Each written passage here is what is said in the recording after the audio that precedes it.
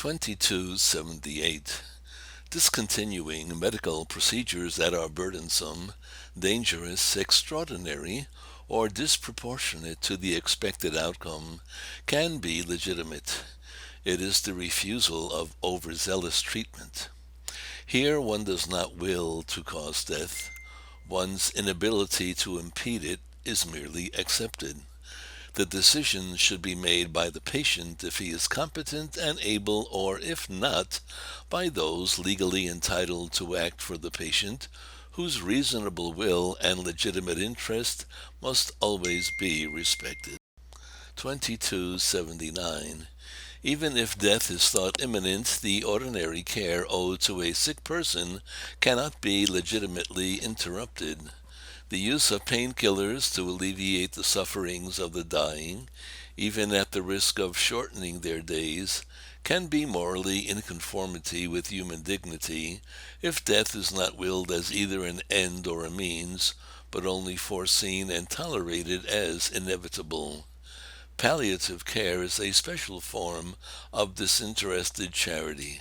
As such, it should be encouraged. 2280. Suicide. Everyone is responsible for his life before God who has given it to him. It is God who remains the sovereign master of life.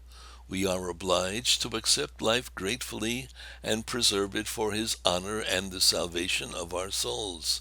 We are stewards, not owners of the life God has entrusted to us. It is not ours to dispose of. 2281.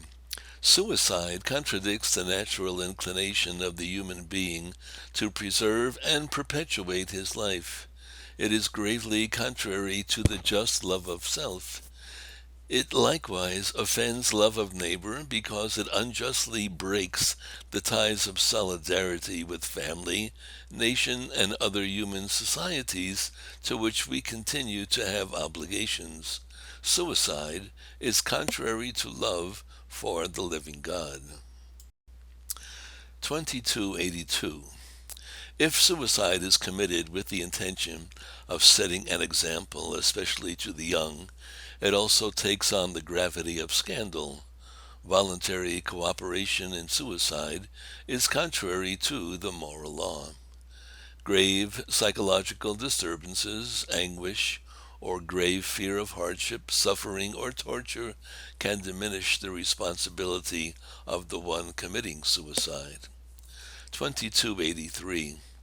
We should not despair of the eternal salvation of persons who have taken their own lives. By ways known to him alone, God can provide the opportunity for salutary repentance.